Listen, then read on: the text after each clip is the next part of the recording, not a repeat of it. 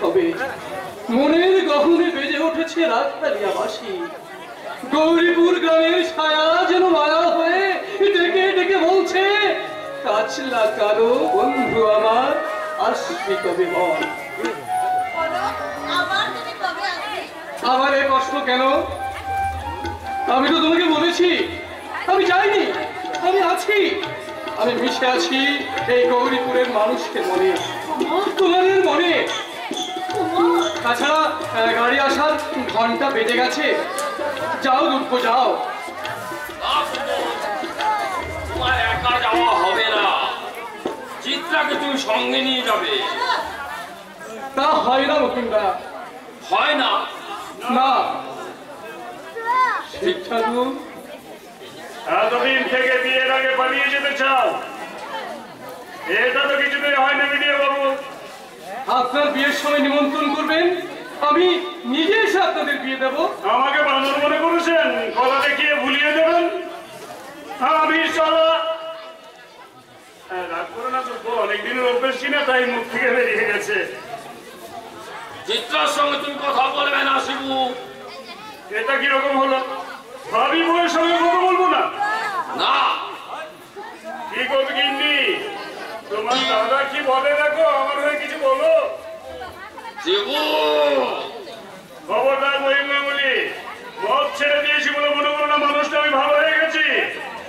বেশি চেঁচামেচি করলে শিব ঠাকুর, মাফ করবেন স্যার, ওকে শালা বলে আমি কোনো অন্যায় করিনি, কারণ দুদিন পরে তো আমার শালাই হবে। তোমাকে আমি টাইট করে দেবো। কি আর টাইট করবে? জমি গেছে, ভাইটা জেল খেতে এসেছে, সম্বল তো মাত্র দুখানা খড়ের ঘর, সেই ঘর দুটো না হয় দিয়ে দেবো, তারপর আর কিসে টাইট হবে? কিসে টাইট হবে? শিবু, কি গো, স্বামীর হয়ে কিছু বলো। অসহ্য। এর চেয়েও অসহ্য লাগবে যেদিন বর্ষে যে আমি দুঃখকে বিয়ে করতে তোমার বাড়ি যাব। শিবু, তার চেয়েও অসহ্য লাগবে যখন তোমার শিক্ষিত এমএ পাস বোন এই অশিক্ষিত মূর্খ চাষাকে বিয়ে করবে। না, মহিম কামলি বেঁচে থাকতে তা কখনো হবে না শিবু। হবে না? তাহলে এক্ষুনি তোমার বোনকে আমি টানতে টানতে নিয়ে যাচ্ছি, যদি ক্ষমতা থাকে তো আটকে রাখো। চিত্রা, চিত্রা, দুঃখকে আবার তোমরা চিত্রা বানাতে চাও? বলো বলো দুঃখ, তুমি কি? আমি? হ্যাঁ হ্যাঁ তুমি। ভাববার সারা সময় নেই, তাড়াতাড়ি বলো তুমি কি? আমি? তুমি? আমি দুব্বা। সারা তোমার চোখে জল আর বিডিওর হাতে রুমাল, এখনো ভেবে দেখো আমি মুখ্য চাষা, সব দিন পেট ভরে খেতে পাবে না, বিডিও বাবু ভালো চাকরি করেন, ভালো ভালো খাবার পাবেন, এখনো ভেবে দেখো, এখনো ভেবে দেখো। চিত্রা, খবরদার সারা কথা বলবে না। আমি? আপনি চুপ করুন। বলো দুব্ব, কাকে বেছে নেবে? তোমাকে।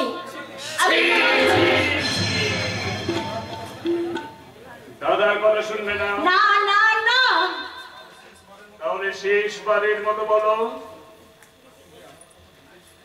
বেশ, আমি শেষবারের মতো কুমুদের কাছে গিয়ে বলছি, কুমুদ তুমি আমার কথা ভুলে যেও, আজ আমি তোমার কথা সব শুনবো। দিব্যি করো। তোমার কথা আমি শুনবো শুনবো শুনবো। তাহলে দুঃখ, তুমি বিডিও বাবুর সঙ্গেই চলে যাও। যান স্যার যান, আপনার চিত্রকে আপনি সঙ্গে নিয়ে যান। গায়ে মাটিতে অনেক দুঃখ গজিয়ে উঠবে, আমার জন্য ভাববেন না স্যার, আমার মা আছে, মাটি আছে, আমার সঙ্গে রয়েছে অনেক মানুষ, কিন্তু আপনি যেখানে যাবেন সেখানে তো প্রথম কাউকে পাবেন না। সেই অন্ধকারে এই চিত্রাই আপনাকে আলোর পথ দেখাবে স্যার, আলোর পথ দেখাবে। আমাকে আশীর্বাদ করো। আমি যেন তোমারই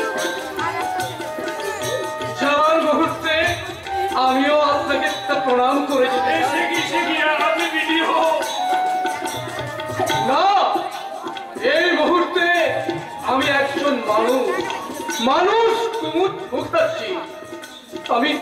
আমি এতদিন নিজেকে অনেক বড় ভাবতাম শিব ঠাকুর, কিন্তু এই গৌরীপুরের শিব ঠাকুরকে দেখে আমি বুঝতে পারলাম মিথ্যে আমার ধ্যান ধারণা, মিথ্যে আমার ধ্যান ধারণা। স্যার